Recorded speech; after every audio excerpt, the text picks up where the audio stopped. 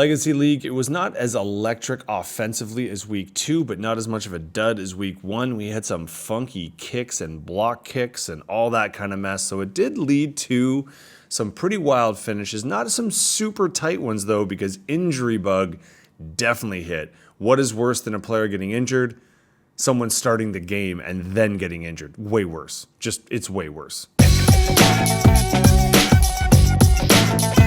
I'm not sure if the Goldilocks reference works, but realistically, if week 1 was a little light on the offense and week 2 is a return to form, I guess week 3 was kind of in the middle, and certainly they kind of came sporadically. Randomly enough, I think you're going to see a lot of people's high scores were defense and kickers because apparently blocking field goals is super easy. On a really, really weird note, I had a trippy. Most of you know I'm in Thailand, and so I don't usually get to watch the early games, and I do kind of tune in for the later ones as I wake up. I couldn't sleep, so I was up at about 2 o'clock or 1:30, I think. I caught the second half or even parts of the first half of the early games, and most of them weren't great. And so I kind of like rolled back to bed and thought, well, some fantasy updates. And then as I'm like kind of half sleeping, all I'm hearing is more noise, which usually means stuff's going on. And it was. A lot of the games got super close. We had 4 games come down to a game-winning field goal. And weirdly enough, also 4 block kicks. And I distinctly remember in my dreamy state being like, it is kind of hard to block when you're kicking, isn't it? And then almost on cue. At least that's how I remember it happened. It probably wasn't. Anyway, aside from that, we also had our first few kind of run of injuries. I know we had a couple. We did have a running back out last week and a bunch of quarterbacks. But now we're getting a few more either season ending in Najee. I think that's pretty much confirmed. And Connor, definitely, if you watched it. Then you get the ones, the beloved high ankle of CeeDee Lamb. And I know they say sprain on it, but just like I said last week, there's some things that we know enough to read between the lines. It is not an ankle sprain when it's high ankle. Hopefully for those people who have them, we have the best. But waiver wires are going to heat up a little bit because of it. We're also looking at trends and patterns shifting. We still have some 3-0 and some 0-3 teams, but there were 3 teams, Saints, Panthers, and Chiefs, that walked into week 3 having not have 1 second of the lead. 2 of those 3 won, so now it's just the Saints, not surprisingly. Indy punted for the first time, so Indiana Daniel Jones. I'm not fully leaning into that nickname, not as much as like Drake, maybe, because that one's funnier. But they did finally punt. The punter earned his paycheck after 2 weeks, and it was only just the once, but still, the Colts are a little on fire. So I guess the biggest thing heading into week 4 is this enough data for you to be convinced? Is Daniel Jones going to be a top 5 fantasy quarterback, or are things about to come back down to earth? And I guess your variance on that kind of depends on who's on your bench. But that's enough for NFL. Let's get to our scores. Was it week 1 when I stupidly said something about Gene not coming after it? And then I think since then, Gene has come after it. Yeah, sorry guys, that's my bad. That's just a rookie mistake. Gene's back to his old tricks, top scorer of the week and 2-1, top 3. We're all in trouble all over again. How did Gene do it? Well, running backs did help. He had the running back 1 and 4 in his lineup. His tight end was the tight end 3 in Jake the Snake Ferguson. And we do have the wide receiver 4 in A.J. Brown, at least finally doing something. So I guess good on him for, starting him, because I'm sure some people didn't in some leagues. His bench, though, kind of went weirdly off. Like, screw off. You've got Kyron Williams and Judkins, who I guess is just actually going to be okay on your bench. Pollard is even okay. Like, come on, man. Knock it off. That's running back depth, because what's the running back that didn't go off? Yeah, Saquon Barkley. I don't know, dudes. I don't know. Quarterbacks are at least a little weak for him, so we got that going for us.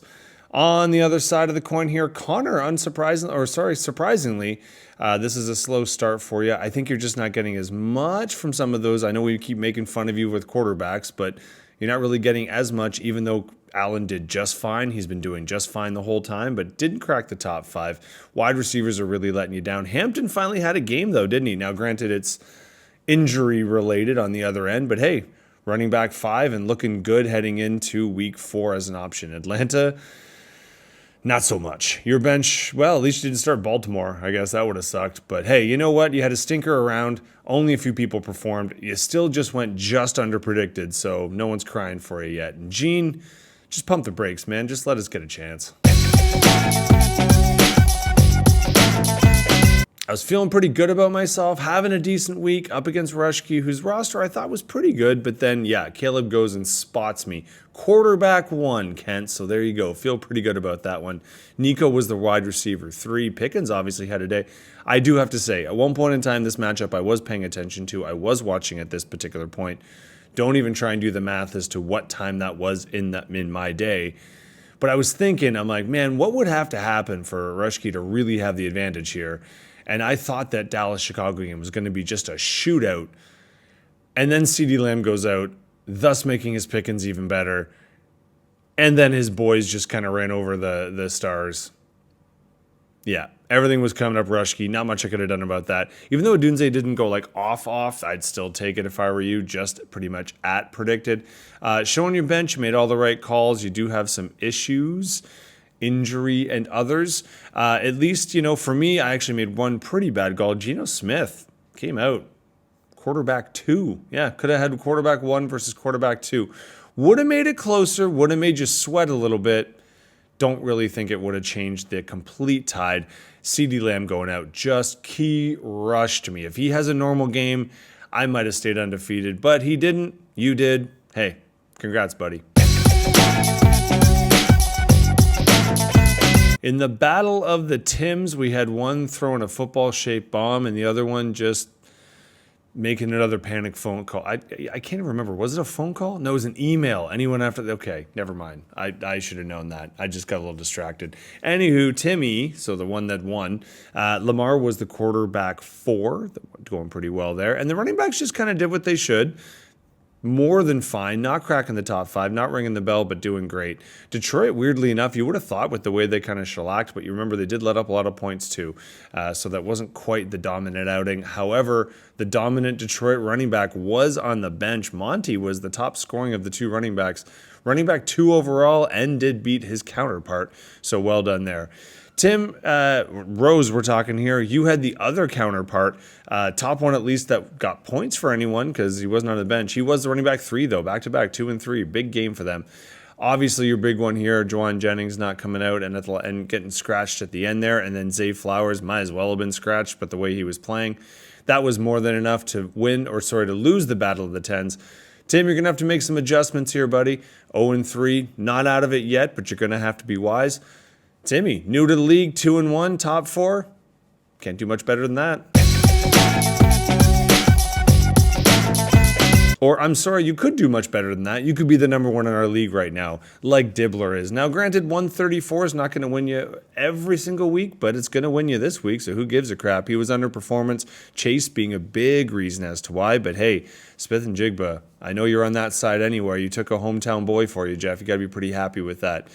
Jake Browning also not really doing a hot floor for you. And the reason I'm kind of mentioning the downfalls is because realistically, between the 2 teams, there wasn't that many that scored in the top 5s. TJ Hawkinson was the tight end 5, but just more consistency from Jeff's side, points from all over the board, and he did leave a little on the bench.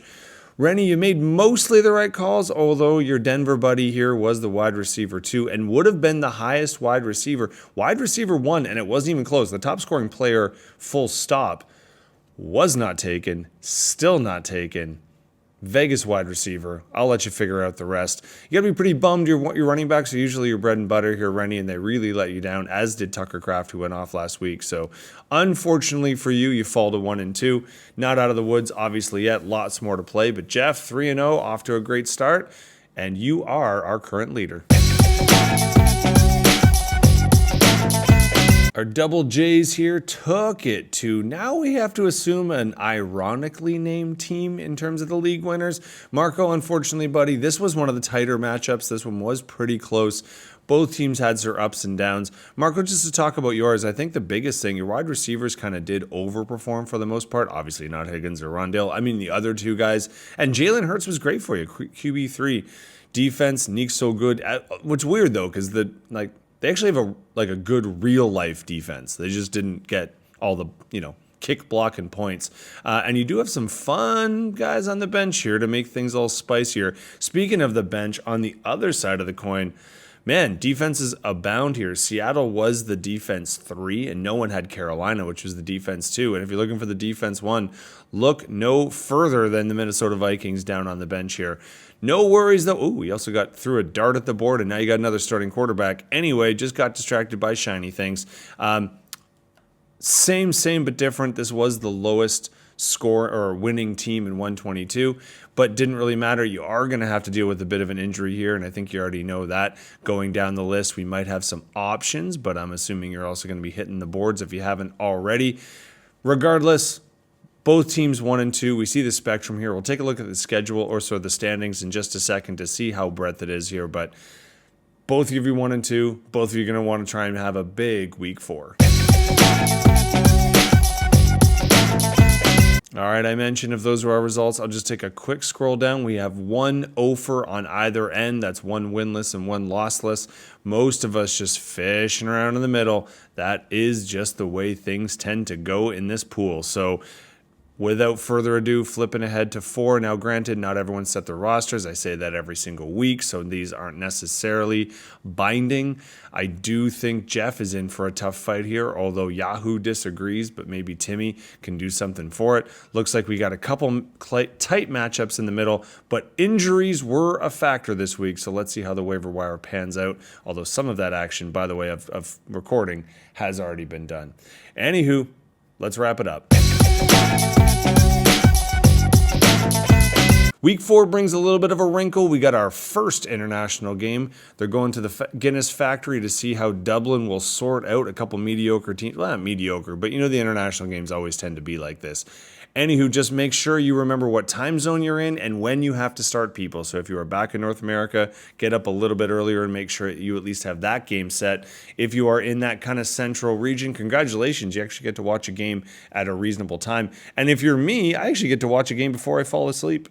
Although I've been waking up at 1 or 2 in the morning and watching them anyway, so who freaking cares? Anywho, now is when it gets a little bit more interesting. Some of the injuries, we'll see how people rebound, but you know what? Either way, let's just turn it over to week 4.